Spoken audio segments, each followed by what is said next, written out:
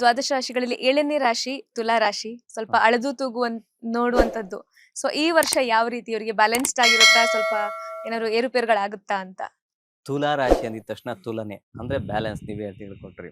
ಅದಕ್ಕೆ ಶುಕ್ರನು ಸಹ ಅಧಿಪತಿ ಆಗ್ತಾರೆ. ಇದೇನಾಗುತ್ತೆ ಅಂದ್ರೆ ತುಲಾ ರಾಶಿಯವ್ರದ್ದು ನಾವು ಜನರಲ್ ಆಗಿ ಸಾಕಷ್ಟು ಜನಗಳ ತುಲಾ ರಾಶಿಯವ್ರನ್ನ ವಿಶ್ಲೇಷಣೆ ಮಾಡಿದೀವಿ ಅವ್ರ ಜಾತಕಗಳನ್ನ. ಸರಿಸುಮಾರು ಒಂದು 3-4 ವರ್ಷದಿಂದ ತುಂಬಾ ಸೈಕಲ್ ತುಳಿತಾ ಇದೆ. ಸೈಕಲ್ ಬಿಟ್ರೆ ಕೆಳಗಡೆ ಬಿದ್ದೋಗ್ತಾರೆ. ಈ ಪರಿಸ್ಥಿತಿ ಅವ್ರದ್ದಿರೋವಂಥದ್ದು. ಏನೋ ಸ್ವಲ್ಪ ಮಟ್ಟಿಗೆ ಗುರುವಿನ ಬಲದಿಂದ ಬೆಳಕನ್ನು ಕಾಣುವಂತ ಸಾಧ್ಯತೆಗಳು. ಯಾವ ರೀತಿಯಾದಂತಹ ಬೆಳಕು ಅನ್ನೋದು ನೋಡೋದಾದ್ರೆ, ಸ್ವಲ್ಪ ಹಣಕಾಸಿನ ವಿಚಾರದಲ್ಲಿ ಏನಂದ್ರೆ ತುಂಬಾ ಸಂಪಾದನೆ ಮಾಡ್ತಾರೆ. ತುಂಬಾ ಏನೇನೋ ನಾಲೆಡ್ಜ್ ಇಂದ ವ್ಯವಹಾರಗಳು ಮಾಡ್ತಾರೆ. ವೃತ್ತಿ ಆಗಿರ್ಬೋದು, ಪ್ರವೃತ್ತಿ ಆಗಿರ್ಬೋದು, ಸ್ವಂತ ವೃತ್ತಿ ಆಗಿರ್ಬೋದು, ಅಥವಾ ಸೇವಾ ವೃತ್ತಿ ಆಗಿರ್ಬೋದು, ಇಂಥದ್ದೆಲ್ಲ ಮಾಡಿರ್ತಾರೆ. ಬಟ್ ಯಾವ್ದ್ರಲ್ಲೂ ಕ್ಲಿಕ್ ಆಗಿರಲ್ಲ. ತುಂಬಾ ಅದು ಏನೋ ಗೊತ್ತಿಲ್ಲ. ನೀವು ಬೇಕಾದ್ರೆ ಯಾರ ತುಲಾ ರಾಶಿಯವ್ರು ಕೇಳಿ, ನಾವು ಪಟ್ಟಿರೋಷ್ಟು ಕಷ್ಟ ಬೇರೆ ಯಾರು ಪಟ್ಟಿಲ್ಲ ಅಂತಾನೆ ಹೇಳ್ತಾ ಇರ್ತಾರೆ. ಆದ್ರೆ ಸೆಟಲ್ ಆಗಿರಲ್ಲ ಲೈಫಲ್ಲಿ. ಆ ಸೆಟಲ್ಗೋಸ್ಕರ ಕಾಯ್ತಾ ಇದಾರೆ. ಹೆಂಗೆ ಅಂದ್ರೆ ಬಸ್ಸಲ್ಲಿ ನಿಂತಿದ್ದಾರೆ ಅಷ್ಟೇ. ಒಂದ್ ಸೀಟ್‌ಗೋಸ್ಕರ ಕಾಯ್ತಾರೆ. ಎಲ್ಲಾದ್ರೂ ಒಂದ್ ಸೀಟ್ ಸಿಕ್ಕಿದ್ರೆ ಕೂತ್ಕೊಳ್ಳೋದಕ್ಕೆ ಅನ್ನೋ ರೀತಿಯಲ್ಲಿ ಟಿಕೆಟು ಎಲ್ಲ ತಗೊಂಡಿರ್ತಾರೆ. ಅದೇ ಪರಿಸ್ಥಿತಿ ಹಿಂಗಿರ್ತದೆ. ಆದ್ರೆ ಅವ್ರಿಗೇನಾಗಿದೆ, ಈ ಒಂದು ಮಾರ್ಚ್, ಏಪ್ರಿಲ್ ಇಂಥ ಸಂದರ್ಭದಲ್ಲಿ ಸ್ವಲ್ಪ ಮಟ್ಟಿಗೆ ಹಣಕಾಸಿನ ವಿಚಾರದಲ್ಲಿ ಸುಧಾರಣೆಯನ್ನು ಕಾಣುವಂಥದ್ದು. ಮಾನಸಿಕ ವಿಚಾರದಲ್ಲೂ ಸಹ ಸುಧಾರಣೆ. ಪತಿ ಪತ್ನಿಯಲ್ಲಿ ಏನೋ ಒಂದು ರೀತಿಯಾದ ಸಾಮರಸ್ಯ ಜೀವನವನ್ನು ಕಾಣುವಂಥದ್ದು. ಸಂತಾನ ಯೋಗ ಸಿಗುವಂಥದ್ದು. ಈ ರೀತಿಯಾದಂತಹ ವ್ಯವಸ್ಥೆ ಈ ಮಾರ್ಚ್, ಏಪ್ರಿಲ್ ಈ ಸಂದರ್ಭದಲ್ಲಿ.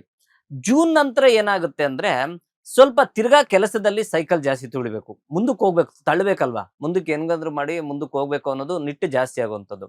ಅಷ್ಟ್ರೊಳಗಡೆ ಏನಾಗುತ್ತೆ ಅಂದ್ರೆ ಯಾವುದೋ ಒಂದು ಸಣ್ಣ ಸೈಟು ಎಲ್ಲೋ ದೂರನಾದ್ರೂ ಒಂದು ತೆಗೆದು ಬಿಡೋಣ ಅನ್ನೋಂಥದ್ದು ಅಷ್ಟೊಳಗಡೆನೆ. ಅಂದ್ರೆ ನಾನು ಹೇಳಿದ್ನಲ್ಲ, ಈ ಒಂದು 3 ತಿಂಗಳೊಳಗಡೆ ಎಲ್ಲೋ ಒಂದ್ ಕಡೆ ಒಂದು ಸೈಟೋ ಅಥವಾ ಯಾವ್ದು ತುಂಬಾ ಸಾಲ ಬಾಧೆಯನ್ನು ಮಾಡ್ಕೊಂಡಿರ್ತಾರಲ್ಲ, ಹೆಚ್ಚು ಸಾಲಗಳನ್ನ ಕಮ್ಮಿ ಮಾಡ್ಕೊಂಡು ಕಮ್ಮಿ ಸಾಲ ಮಾಡ್ಕೊಂತಾರೆ. ಅಂದ್ರೆ ಸಾಲಗಳ ಮುಕ್ತರಾಗುವಂತ ಸಾಧ್ಯತೆಗಳು ಸಹ ಉಂಟು. ಇನ್ನು ಆರೋಗ್ಯದ ವಿಚಾರದಲ್ಲೂ ಬಂದು ಸಹ ಹೊಟ್ಟೆಗೆ ಸಂಬಂಧಪಟ್ಟಿರುವಂತ ಸಮಸ್ಯೆಗಳು ಸಣ್ಣ ಪುಟ್ಟ ಏನೋ ಗ್ಯಾಸ್ಟ್ರೈಟಿಸ್ ಅಂತ ಹೇಳ್ತಾರೆ. ಏನ್ ಟೆಸ್ಟ್ ಮಾಡಿದ್ರು ಏನೂ ಇಲ್ಲ. ಸುಮ್ನೆ ಅದಿದೆಯೋ ಇದಿದೆಯೋ ಅಂತ ಹೋಗಿ ಸುಮ್ನೆ ಟೆಸ್ಟ್ ಮಾಡಿಸುವಂಥದ್ದು. ಕೊನೆಗೆ ನೋಡಿದ್ರೆ ಏನೂ ಇರಲ್ಲ. ಜೊತೆಗೆ ಇವರು ಕಲುಷಿತವಾದಂತಹ ಸೇವನೆ ಆದಷ್ಟು ಕಮ್ಮಿ ಮಾಡಿದ್ರೆ ಒಳ್ಳೆದು. ಪಂಚಮ ಭಾವದಲ್ಲಿ ರಾಹುವಿನ ಸಂಚಾರ ಮಾಡ್ತಾ ಇದ್ದಾರೆ. ಪಂಚಮಂ ಪೂರ್ವ ಪುಣ್ಯ ಸ್ಥಾನಂ.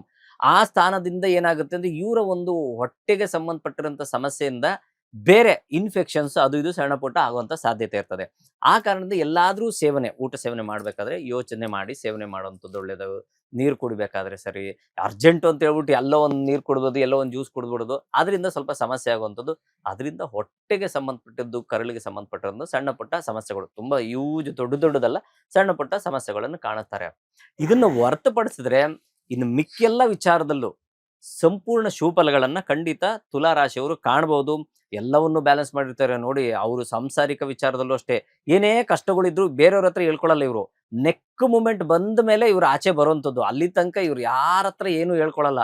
ಆಮೇಲೆ ಬಂದು ಹಿಂಗಾಗೋಗಿದೆ ಅದು ಎಲ್ಲಿ ಅಂದ್ರೆ ಅವ್ರು ತೋಡಿ ತೋಡಿ ತೋಡಿ ಹಳ್ಳದಲ್ಲಿ ಸೇರ್ಕೊಂಡಾಗ ಹೇಳ್ತಾರೆ, ನನ್ನ ಯಾರಾದ್ರೂ ಎತ್ತರಪ್ಪ ಅನ್ನೋ ತನಕ. ಆ ಕಂಡೀಷನ್ ನ ದಯವಿಟ್ಟು ಇನ್ನು ಮುಂದಿನ ಜೀವನದಲ್ಲಿ ಮಾಡ್ಕೊಳಕ್ ಹೋಗ್ಬೇಡಿ. ಖಂಡಿತ ಅಭಿವೃದ್ಧಿಯ ಹಾದಿ ನಿಮ್ ಕಣ್ಮುಂದೆ ಇದೆ. ನೀವು ಏನ್ ಮಾಡ್ಬೇಕು ಅನ್ಕೊಂಡಿದ್ರೋ ನಿಧಾನಕ್ಕೆ ಮುಂದೆ. ಏನ್ ಗೊತ್ತಾ, ಇವರು ಸಾಲ ಮಾಡ್ಬಿಡ್ತಾರೆ. ಒಂದ್ 50 ಲಕ್ಷ ರೂಪಾಯಿ ಸಾಲ ಮಾಡೋದು ಒಂದೊಳ್ಳೆ ಬಿಸ್ನೆಸ್ ಮಾಡ್ಬಿಡೋಣ ಅನ್ಕೊಂಡ್ಬಿಡ್ತಾರೆ. ಆ 50 ಲಕ್ಷ ರೂಪಾಯಿ ಸಾಲ ತೀರ್ಸಕ್ಕೂ ಆಗಲ್ಲ, ಇಲ್ಲಿ ಬಿಸ್ನೆಸ್ ಮುಂದುವರಿಯಕ್ಕಾಗಲ್ಲ. ಅವಾಗ ಏನಾಗುತ್ತೆ ಅಂದ್ರೆ ಡೌನ್ ಫಾಲ್ ನೋಡಕ್ಕಾಗುತ್ತೆ. ಸರಿ, ಆ 50 ಲಕ್ಷ ರೂಪಾಯಿ ಸಾಲ ತೀರ್ಸಕ್ ಆಗ್ತಾ ಇಲ್ಲ ಅಂತ ಹೇಳ್ಬಿಟ್ಟು ಇಲ್ಲಿ ಬಿಸ್ನೆಸ್ ನಡೀತಾ ಇಲ್ಲ ಅಂತ ಅದಕ್ಕೆ ಇನ್ನೊಂದು 10 ಲಕ್ಷ ರೂಪಾಯಿ 60 ಲಕ್ಷ ಸಾಲ ಮಾಡಿ 50 ಲಕ್ಷ ತೀರ್ಸೋದು, ಅದು 60 ಲಕ್ಷ. ಈ ರೀತಿ ಆಗುವಂತ ಸಾಧ್ಯತೆ ಇರ್ತದೆ. ಅದೆಲ್ಲ ಮಾಡಿ ಬಿಟ್ಬಿಟ್ಟಿದ್ದಾರೆ, ಇದೆಲ್ಲ ಆಗೋಗಿದೆ. ಇನ್ನು ಮುಂದಿನ ದಿನಗಳಲ್ಲಿ ಖಂಡಿತವಾಗ್ಲೂ ಎಲ್ಲ ರೀತಿಯಲ್ಲೂ ಆ ದುರ್ಗಾ ಪರಮೇಶ್ವರಿ ಅನುಕೂಲ ಮಾಡಿಕೊಡ್ತಾರೆ. ಆ ಕಾರಣದಿಂದ ಎಲ್ಲರೂ ದುರ್ಗೆಯ ಒಂದು ಸ್ಮರಣೆ ಮಾಡಿ, ತುಂಬಾ ಒಳ್ಳೇದಾಗುತ್ತೆ. ಯಾರು ತುಲಾ ರಾಶಿಯಲ್ಲಿ ಜನನವಾಗಿರ್ತಾರೋ ದುರ್ಗಾ ಪರಮೇಶ್ವರಿಯ ಒಂದು ಸ್ಮರಣೆ ಮಾಡೋದು, ಅಥವಾ ದುರ್ಗಾ ಪರಮೇಶ್ವರಿ ತಮ್ಮ ಮನೆಯ ಸುತ್ತಮುತ್ತಲು ಇಲ್ಲ ಅಂದ್ರೂ ಸಹ ಹೆಣ್ಣು ದೇವರಿಗೆ ಹೋಗುವಂಥದ್ದು, ಹೆಣ್ಣು ದೇವರಿಗೆ ಸಮರ್ಪಣೆ ಮಾಡುವಂಥದ್ದು, ತಮ್ಮ ಕೈಲಾದಷ್ಟು ಏನಾದರೂ ಒಂದು ಸೇವೆ ಮಾಡುವಂಥದ್ದು, ನಿಂಬೆ ಹಣ್ಣಿನ ದೀಪ ಹಂಚುವಂಥದ್ದು, ಅಥವಾ ಮೊಸರನ್ನ ನೋಡಿ. ಮೊಸರನ್ನದೊಂದು ವಿಶೇಷ ಏನಂದ್ರೆ, ಮೊಸರಿನಲ್ಲಿ ಟ್ರಿಪ್ಟೋನ ಅನ್ನೊಂದು ರಾಸಾಯನಿಕ ವಸ್ತು ಇರ್ತದೆ. ಅದನ್ನ 4 ಜನಕ್ಕೆ ಹಂಚಿದಾಗ ಏನಾಗುತ್ತೆ ಅಂದ್ರೆ ದೇವ್ರ ಪ್ರಸಾದವನ್ನು ಮಾಡಿ ಅವರ ಒಂದು ಮನಸ್ಸಿನಲ್ಲಿ, ಅಂದ್ರೆ ಹೊಟ್ಟೆ ಹೋಗಿದ ತಕ್ಷಣ ಅದೇನಾಗುತ್ತೆ ಸೈಂಟಿಫಿಕಲಿ, ಆ ಟ್ರಿಪ್ಟೋನ ಅಂತ ವಸ್ತು ಪದಾರ್ಥ ಸೇರಿದ ತಕ್ಷಣನೇ ಬ್ರೈನ್ಗೆ ಒಂದು ಮೆಸೇಜ್ ಕಳಿಸುತ್ತೆ, ಸಂತೃಪ್ತಿ ಅನ್ನೋ ಮೆಸೇಜ್. ಆ ಕಾರಣದಿಂದ ಕೊನೆಯಲ್ಲಿ ನಾವು ಊಟ ಮಾಡುವಂತದ್ದೇನೋ ಮೊಸರನ್ನೇ ಲಾಸ್ಟ್ ತಿನ್ನುವಂಥದ್ದು. ಸೊ 4 ಜನಕ್ಕೆ ನೀವು ಯಾವಾಗ ಆ ಮೊಸರನ್ನ ತಿನ್ನೋ ಅವ್ರು ಸಂತೃಪ್ತಿ ಆಗ್ತಾರೋ, ಖಂಡಿತವಾಗ್ಲೂ ಅವ್ರ ಬ್ಲೆಸ್ಸಿಂಗ್ಸು ಇಂಡೈರೆಕ್ಟ್ ಆಗಿ ನಮ್ಗೆ ಬರ್ತಾ ಇರ್ತದೆ. ಅದ್ರೊಟ್ಟಿಗೆ ಅದು ಪ್ರಸಾದ ರೂಪದಲ್ಲಿ ಬಂದಿದ್ರೆ ಇನ್ನ ಹೆಚ್ಚು ಫಲವನ್ನು ಸಹ ಕೊಡ್ತದೆ. ಆ ಕಾರಣದಿಂದ ದುರ್ಗೆ ಅಥವಾ ಹೆಣ್ಣು ದೇವರ ಸ್ಮರಣೆ ಮಾಡ್ಕೊಂಡ್ ಬಂದ್ರೆ ತುಲಾರಾಶಿಯವರು ಸಂಪೂರ್ಣ ಶುಭ ಫಲಗಳನ್ನ ಈ ವರ್ಷ ಕಾಣಬಹುದು. ಆರೋಗ್ಯದ ವಿಚಾರ ಗುರುಜಿ. ಆರೋಗ್ಯದ ವಿಚಾರದಲ್ಲಿ ನಾನು ಹೇಳದ್ನಲ್ಲ ಮೊದಲೇ, ಸ್ವಲ್ಪ ಹೊಟ್ಟೆಗೆ ಸಂಬಂಧಪಟ್ಟಿರುವಂಥದ್ದು, ತುಲಾರಾಶಿಯು ಸಹ ಹೊಟ್ಟೆಗೆ ಸೂಚನೆ ಮಾಡುವಂಥದ್ದು. ಆ ಕಾರಣದಿಂದ ಯಾರೇ ಏನೇ ಆಚೆ ಕೊಟ್ರು, ಏನೋ ತಿನ್ನೋಕ್ ಹೋದ್ವಿ, ಮತ್ತೆ ಎಕ್ಸೆಸ್ ಊಟ ಮಾಡೋವಂಥದ್ದು, ಇಲ್ಲಾಂದ್ರೆ ಊಟನೇ ಮಾಡದೇ ಇರುವಂಥದ್ದು. ಈ ತುಲಾರಾಶಿಯವ್ರದ್ದು ಇದೊಂದು ದೊಡ್ಡ ವಿಷಯ. ಅಂದ್ರೆ ಏನ್ ಗೊತ್ತಾ, ಹೊಟ್ಟೆ ಹಸ್ಬಿಟ್ಟಿದೆ ಅಂದ್ರೆ ತಿನ್ನದೇ ಇಲ್ಲ. ಅಯ್ಯೋ ಆಮೇಲೆ ತಿಂತೀನಿ, ಆಮೇಲೆ ಯಾವಾಗ್ಲೂ ತಿಂತಾರೆ, ಬೆಳಗಿಂದ ತಿಂದೇ ಇರಲ್ಲ. ಇಲ್ವಾ, ಸುಮ್ನೆ 1 to double ತಿನ್ನುವಂಥದ್ದು, ಸಮಸ್ಯೆ ಮಾಡ್ಕೊಳ್ಳುವಂಥದ್ದು, ತಿರ್ಗಾ ಅವ್ರಿಗೆ ಹೊಟ್ಟೆಗೆ ರಿಲೇಟೆಡ್ ಸಮಸ್ಯೆಗಳು ಜಾಸ್ತಿ ಆಗುವಂಥದ್ದು.